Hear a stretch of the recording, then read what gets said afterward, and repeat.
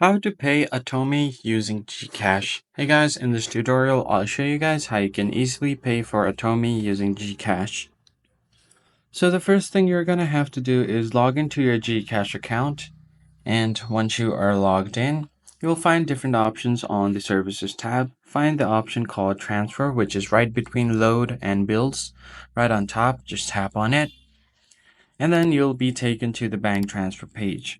So right under your scan or upload bank QR, you have different kind of banks you can choose from. You're gonna have to choose the Asia United Bank, which is at the bottom right corner of your screen. And once you tap on it, you'll see this option to fill out your information. So here you're gonna have to fill out the amount that you want to transfer or pay. Then you have your account name. So you're gonna use your Atome's account name right here.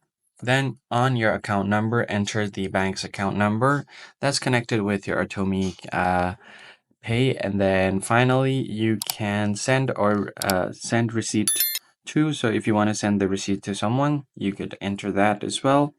And once you've entered your amount, name, and then your account number, just tap on send money and you should be good to go. So that's pretty much it, guys. I hope this tutorial was helpful. I'll see you guys on the next one.